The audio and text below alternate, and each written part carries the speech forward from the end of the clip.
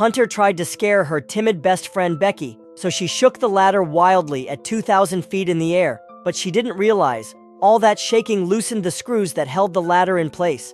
After reaching the top of the tower, they started taking crazy photos like influencers, but just as they were about to climb down, the ladder suddenly slid down and the screws popped out one by one. In the next second, Becky slipped and fell.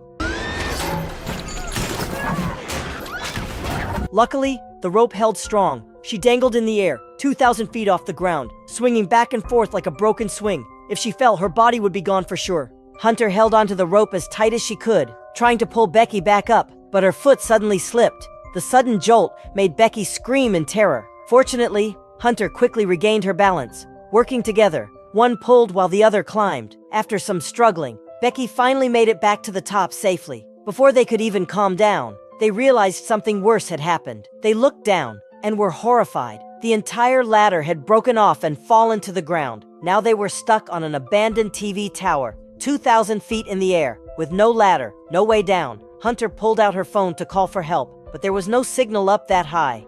They searched the toolbox on the platform and found a pair of binoculars and a flare gun with ammo. Just then, Hunter made a discovery. The post she uploaded earlier from the ground had over 300 likes, which meant there must be signal a little lower down. She typed out a rescue message, tied her phone to a rope, and slowly lowered it down, but the rope wasn't long enough. They never heard the message get sent. Hunter made a bold decision. She climbed out of the safety cage and lowered herself down the broken ladder, dangling in the open air, 2,000 feet high. Still not enough. She even let go of one hand, trying to drop the phone just a little farther. Becky could barely breathe from the stress. Hunter was also running out of strength, but still, no signal. She had to climb back up. Then Becky had an idea. If the ground had signal, why not send the phone all the way down? Hunter agreed. She put the phone inside her shoe, then took off her bra and wrapped it around the phone like a cushion. They tossed the shoe down from 2,000 feet, hoping the bra would protect it from the fall. But they had no way of knowing if it survived, so they waited and waited. Hours passed. Still, no rescue. Clearly, the phone had been smashed on impact. Just when they were about to lose all hope, Hunter spotted someone at the bottom of the tower through the binoculars. The two girls got super excited and started shouting for help as loud as they could, but they were way too high up. The man below didn't hear a thing. Worse, he started walking away. Becky quickly took off her shoe and threw it down. It landed hard on the ground, but the man didn't notice. She threw the other one. This time, it hit a metal beam and made a loud noise. The man turned and looked around. He picked up the shoe, but strangely, he never looked up. After seeing no one around, he casually tossed the shoe aside and walked away. The girls were completely devastated. Becky grabbed the flare gun, ready to fire, but Hunter stopped her. The sun was too bright. A flare would be hard to see during the day. Then Hunter spotted an RV nearby. She guessed the man had come for camping and probably wouldn't leave too soon. Becky agreed to wait, and finally, night came. They aimed at the sky and fired the flare gun. The bright light lit up the night. Sure enough, the man noticed the flare. Through the binoculars, they saw him looking up at the tower. Hunter and Becky were overwhelmed with joy. They thought, finally, rescue was coming. But what happened next shocked them to the core. They saw the man walking toward their truck, holding a metal rod. He smashed their car window without hesitation. The girls stomped their feet in panic from above. Then he opened the door and got inside. The engine started. He was stealing their car. The two girls could only watch as their last hope disappeared into the distance, left stranded on top of a 2,000-foot tower, feeling more hopeless than ever. Now all they could do was pray. The thief had a conscience and might call for help after all.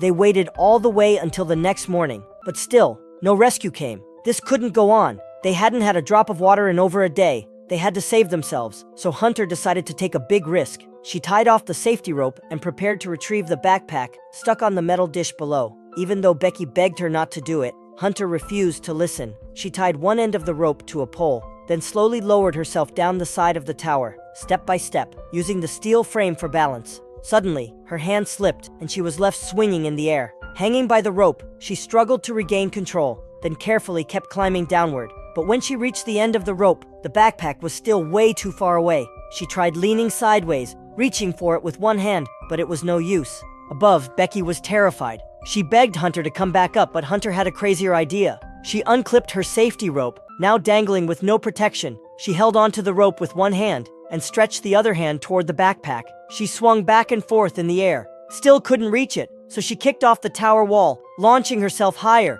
then timed it just right, swung her legs forward and let go. It was heart-stopping, but somehow, she landed perfectly on the metal dish. Hunter immediately grabbed the backpack, and the first thing she did was pull out the water bottle. She gulped down a huge mouthful, while Becky watched from above, swallowing hard.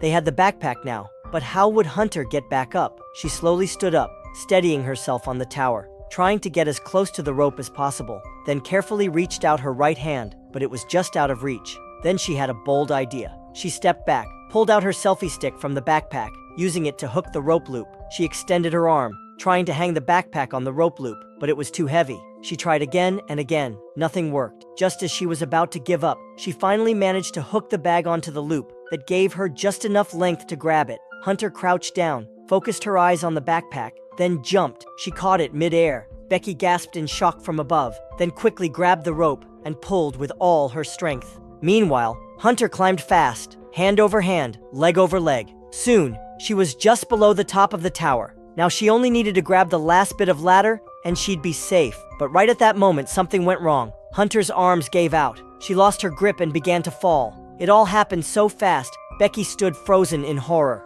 She couldn't believe what she just saw. Tears poured down her face as she slowly leaned over the edge, ready to face the awful truth. But right as Hunter was falling, she managed to grab the rope at the last second. Her hands were torn and bleeding, so Becky had to pull her up alone. It felt almost impossible, but she quickly snapped out of it, used her legs to brace herself, and started pulling the rope with everything she had. With one final burst of strength, she hauled Hunter back to safety. The backpack came up too, the one with the water and the drone. Becky wasted no time. She pulled out the water bottle and chugged it down like her life depended on it. It was the first real relief in 2 days. Then they dug into the backpack again and took out the drone. Becky found a restaurant receipt inside the bag. She used an eyeliner pencil to write a rescue message on the blank side. They clipped the note onto the drone and got ready to send it toward the nearest motel. Everything was set. Becky controlled the drone, and it took off smoothly. It flew fast and steady toward the distant motel, but before it could get far, the battery died. If the drone crashed now, it would be their last shot gone, so Becky had to bring it back. Just as the drone lost power, she reached out and caught it in the nick of time. But with no battery, they still couldn't send out their message. Feeling hopeless again, they suddenly thought of the signal light at the top of the tower. Maybe, just maybe, they could use it to charge the drone. Becky grabbed the backpack and started climbing again, using both hands and feet. She slowly made her way to the very top. Once there, she unscrewed the cover and pulled out the light bulb. She plugged the drone charger in, and to her shock, it worked. Becky was thrilled. She didn't move a muscle and sat there for 2 whole hours until finally, the drone was fully charged. When Becky returned to the platform, she didn't stop for a second. She immediately launched the drone and sent it flying toward the motel. Soon, buildings started to appear on the screen. She just needed to reach a place with people. But just as the drone crossed the road, a truck sped by and smashed the drone to pieces. Becky was frozen in shock. She couldn't believe what had just happened. She had been so close. She saw the truck driver get out to check. If he saw the paper, they still had a chance. But the driver didn't notice the wrecked drone. He looked around, saw nothing, got back into his truck, and drove away. Becky broke down in tears.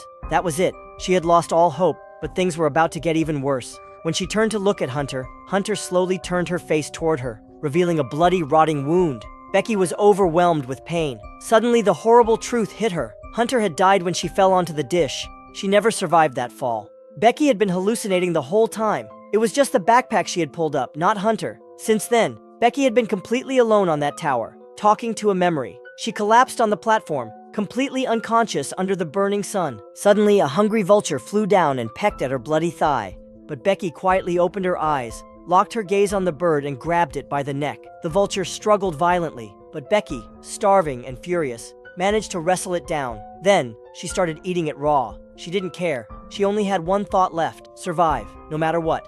After eating, Becky untied the safety rope. She climbed down the remaining ladder section and clipped the rope to the lowest bar. Then she dropped the rest of the rope, grabbed it, and began sliding down, fast. This time there was no hesitation. Her moves were sharp and confident. She reached the end of the rope in no time, unclipped the lock, and jumped onto the dish. She looked at Hunter's decaying body and felt a flood of emotions, but what she did next was even more unbelievable. She typed a message to her dad, asking for help, even though there was still no signal. Then she took off Hunter's shoe, put the phone inside, and pushed it deep into Hunter's stomach through the wound. With everything in place, Becky gave the body one hard push and sent it falling 2,000 feet to the ground. With the flesh and shoe cushioning the fall, the phone would survive, and when it hit the ground, the signal would come back, and the message would be sent. Back home, her father James received the text. He called 911 right away and rushed to the tower. Becky was finally rescued. The moment Becky saw her dad, she ran straight into his arms and broke down sobbing.